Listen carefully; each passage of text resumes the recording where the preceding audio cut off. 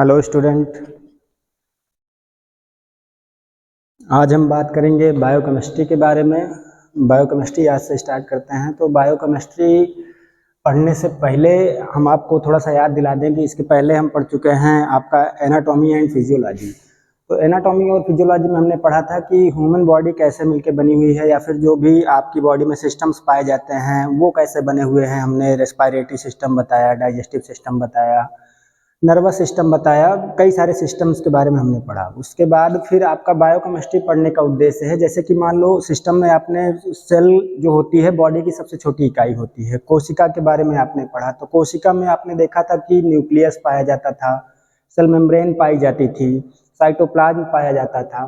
तो आप सोचिए कि जो सेल मेम्ब्रेन होती है वो किन चीज़ों से मिलकर बनी होगी।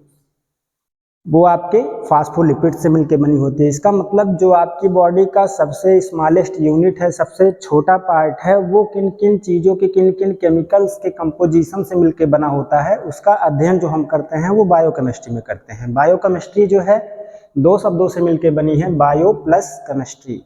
बायो का मतलब हो जाएगा यहाँ पे लाइफ या फिर कोई भी लिविंग ऑर्गेनिज्म, और केमिस्ट्री का मतलब हो जाएगा केमिकल्स का अध्ययन। ह्यूमन बॉडी में पाए जाने वाले बायो मॉलिक्यूल्स का अध्ययन ही हमारा क्या कहलाता है, बायोकेमिस्ट्री कहलाता है। Biochemistry is the branch of science in which we study about the bio molecules such as carbohydrate, proteins, vitamins, amino acids, nucleic acid, fats and lipids.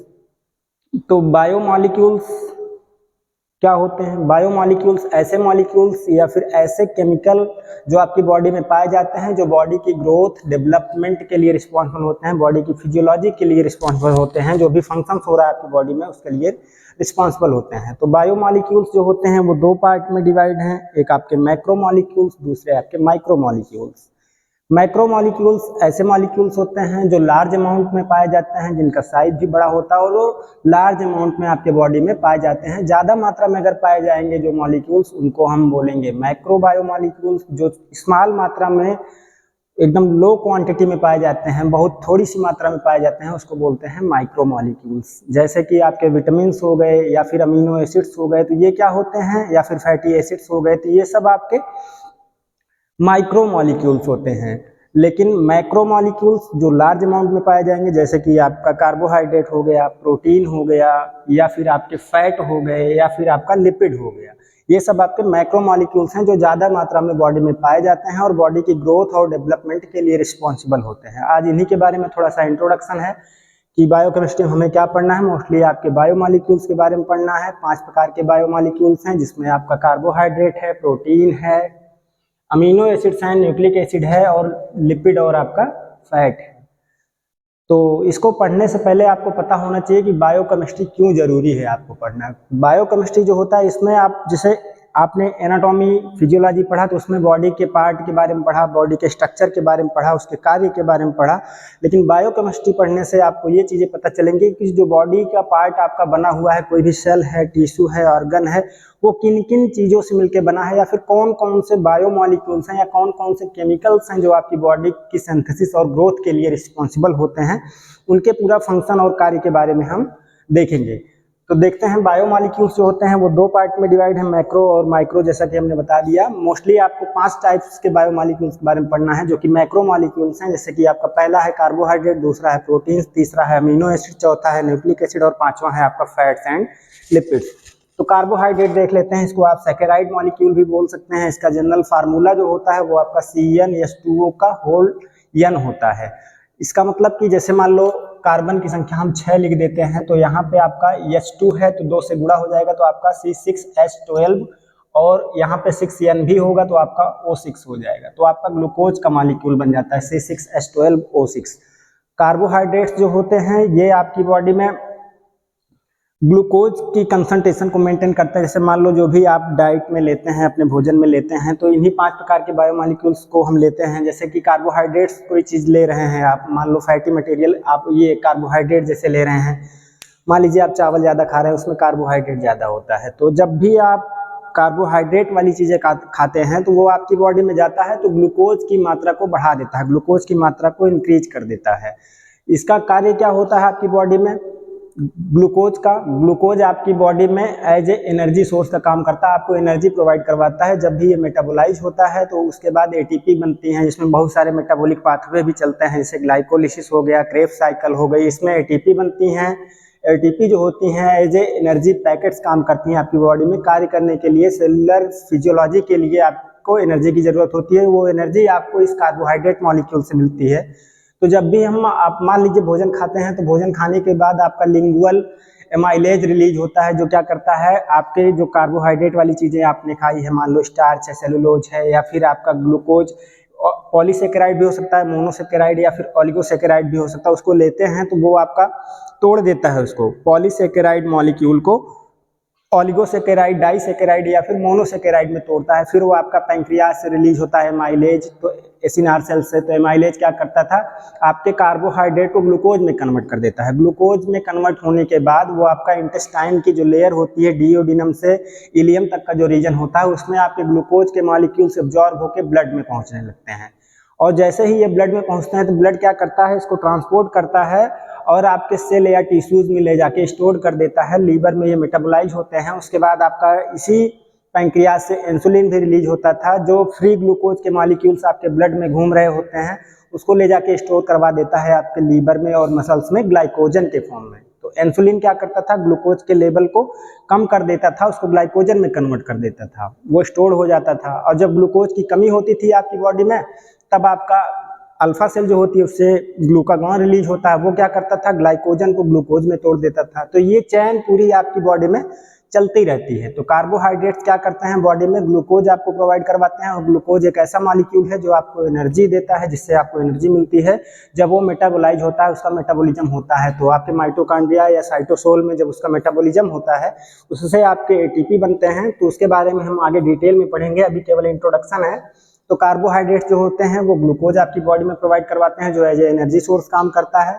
Carbohydrates को मेनली 3 क्लास में डिवाइड किया गया है। आपका monosaccharide, मतलब ऐसे glucose के molecule जिसमें ग्लूकोज की सिंगल यूनिट प्रेजेंट होगी, मतलब ग्लूकोज के एक ही मॉलिक्यूल प्रेजेंट होंगे, उसको हम बोलेंगे मोनोसेकेराइड। जिसमें ग्लूकोज का केवल एक मॉलिक्यूल प्रेजेंट होगा, मतलब C6H12O6 का केवल सिंगल यूनिट प्रेजेंट होगा, तो उसको हम बोलते हैं monosaccharide.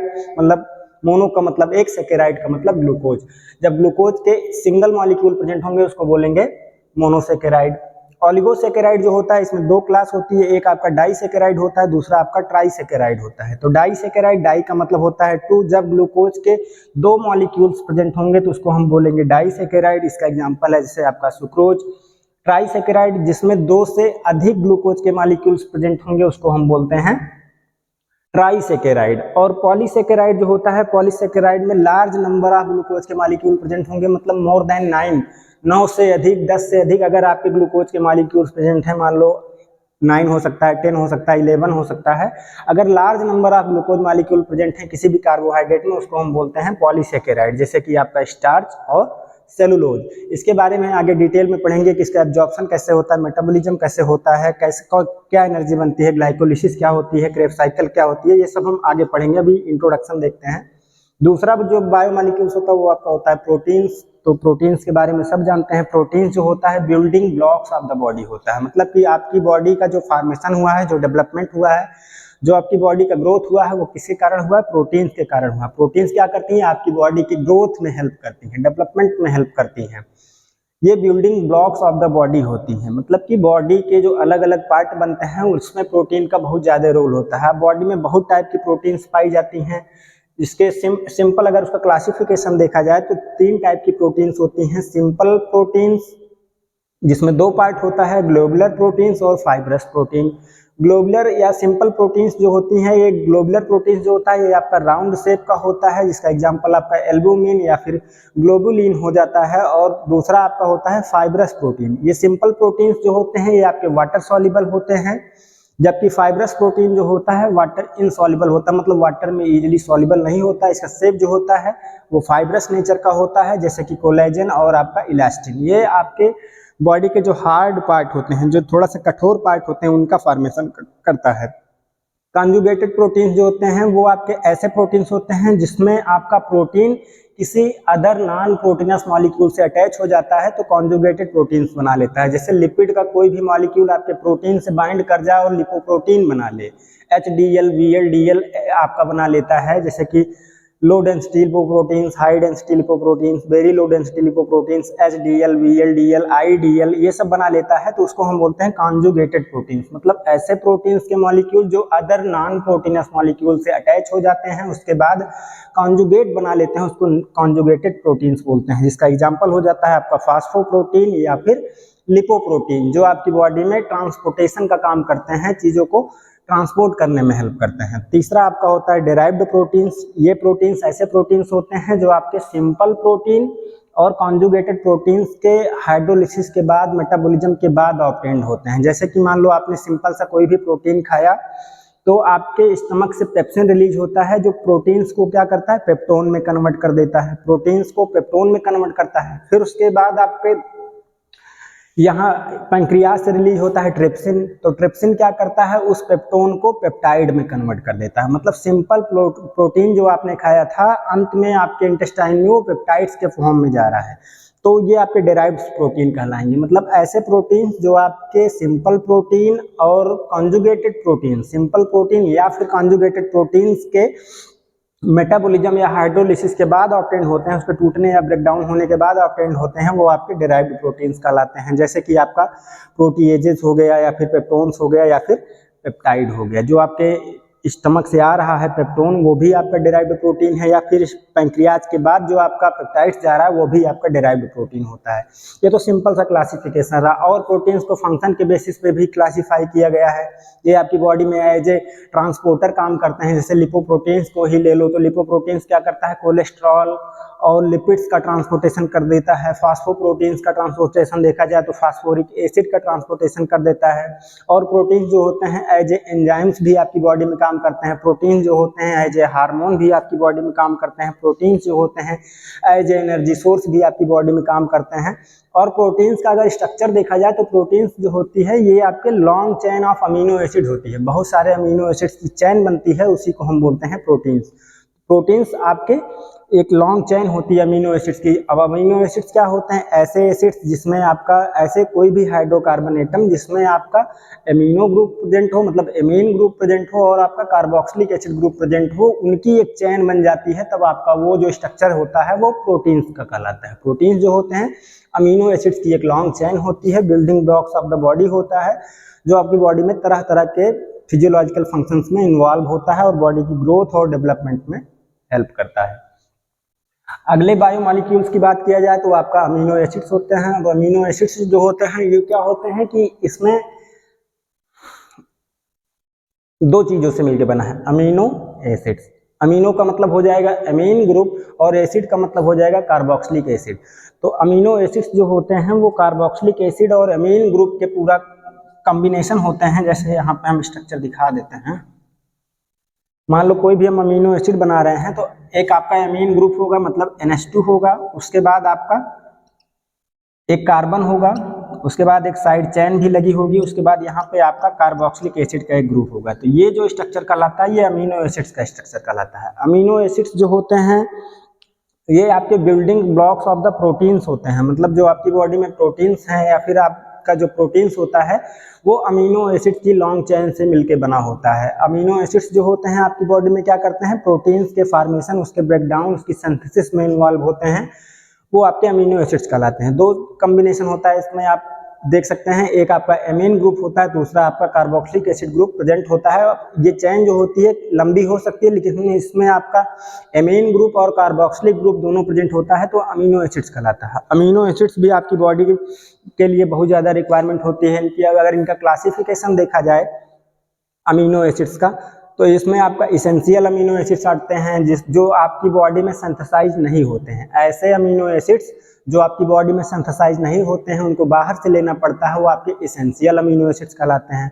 Non essential amino acids ऐसे अमीनो एसिड्स जिनको बाहर से लेने की जरूरत नहीं होती है, वो आपकी बॉडी में स्वतः बनते रहते हैं, वो आपके नॉन इसेंशियल अमीनो एसिड्स कहलाते हैं। जैसे इसेंशियल अमीनो एसिड्स का एग्जाम्पल देखा जाए तो फिनाइल एलानिन हो जाता है, फिनाइल एलानिन, या फिर आपका ल्यूसीन, या फिर आपका लाइसिन, फिनाइल एलानिन, आपका ल्यूसीन या फिर लाइसिन जो होते हैं, ये सब इसेंशियल अमीनो एसिड्स होते हैं, मतलब बॉडी में नहीं बनते हैं, इनको बाहर से हमें लेना पड़ता है, ये आपके इसेंशियल अमीनो एसिड कहलाते हैं। और नॉन इसेंशियल अमीनो एसिड्स ऐसे अमीनो एसिड्स जो आपकी बॉडी में बनते हैं, आपको लेने की जरूरत नहीं होती है, जैसे कि आपका टायरोसिन हो गया, सेरीन हो गया, ये सब आपके नॉन इसेंशियल अमीनो एसिड्स होते हैं, जिनको बाहर से लेने की जरूरत नहीं है, नॉन इसेंशियल होते हैं। और अमीनो एसिड का क्लासिफिकेशन देखा जाए पोलैरिटी के बेसिस पे, तो इसमें आपका पोलर अमीनो एसिड्स होता है, नॉन पोलर अमीनो एसिड्स होता है, या फिर हाइड्रोफिलिक अमीनो एसिड बोल सकते हैं उसको, हाइड्रोफोबिक अमीनो एसिड बोल सकते हैं। जो आपका पोलर अमीनो एसिड्स होते हैं, ये आपके वाटर सॉल्युबल होते हैं, मतलब वाटर लविंग इसमें ग्रुप प्रेजेंट होता है, जो क्या करता है, इजिली आपके वाटर में सॉल्युबल होता है।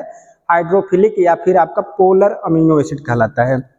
एक होता है non polar amino acid, non polar का मतलब वाटर हेटिंग मॉलिक्यूल इसमें प्रेजेंट होते हैं। जो फंक्शनल ग्रुप होगा वो आपका हाइड्रोफोबिक नेचर का होगा, वाटर इनसॉल्युबल होते हैं।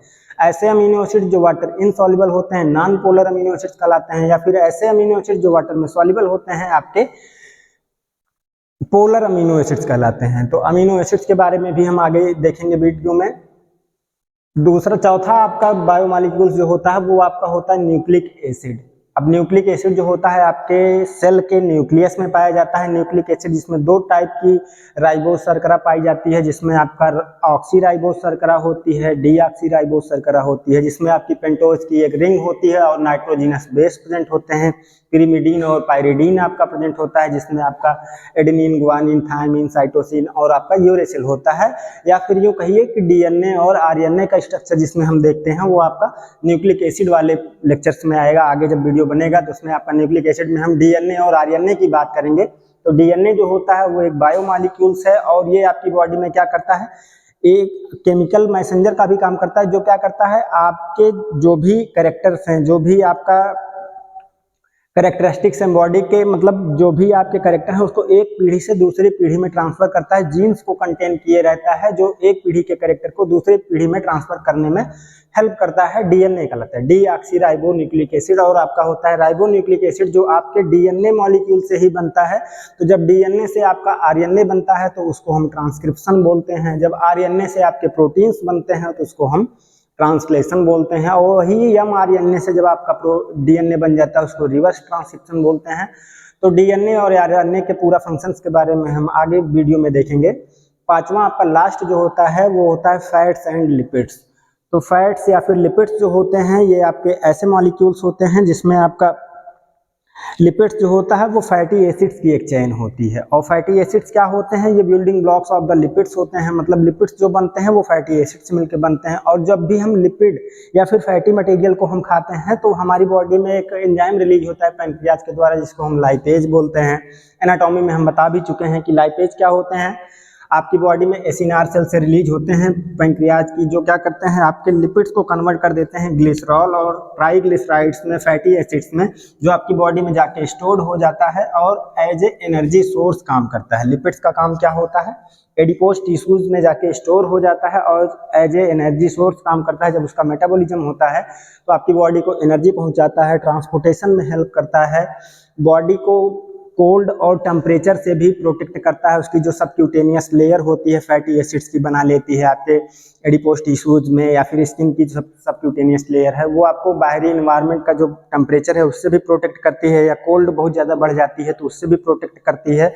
और सेल मेम्ब्रेन की सिंथेसिस में हेल्प करता है। जैसे कि जो आपका सेल मेम्ब्रेन बना होता है, कोशिका का जो बाहरी भाग बना होता है, कोशिका झिल्ली जिसे आप बोलते हैं, सेल मेम्ब्रेन का फॉर्मेशन भी आपके लिपिड मॉलिक्यूल से होता है। तो लिपिड्स का अगर क्लासिफिकेशन देखा जाए तो तीन प्रकार के लिपिड्स होते हैं। सिंपल लिपिड्स होता है, कंपाउंड लिपिड्स होता है और आपका डेराइव्ड लिपिड्स होता है। सिंपल लिपिड्स जो होते हैं इसको होमोलिपिड भी बोलते हैं, और आपका कंपाउंड लिपिड जो होता है इसको हेट्रोलिपिड बोलते हैं। डेराइव्ड लिपिड जो आपका होता है, अब सिंपल लिपिड्स जो होते हैं वो आपके वाटर इनसॉल्युबल होते हैं, मतलब वाटर में सॉल्युबल नहीं होते हैं। ऑर्गेनिक सॉल्वेंट में इजीली सॉल्युबल होते हैं, जैसे कि आपका क्लोरोफार्म हो जाए, बेंजीन हो जाए, अल्कोहल हो जाए, इसमें ये इजीली सॉल्युबल होते हैं, लेकिन आपके वाटर में इनसॉल्युबल होते हैं। ये सिंपल लिपिड्स कहलाते हैं। और सिंपल लिपिड्स जो होते हैं वो ओनली आपके फैटी एसिड्स की ही एक लॉन्ग चेन होती है, उसमें अदर कोई भी मॉलिक्यूल प्रेजेंट नहीं होता है, वो आपका कहलाता है सिंपल लिपिड, जिसमें आपके फैट्स आते हैं, ऑयल्स आता है और वैक्सेस आते हैं। फैट्स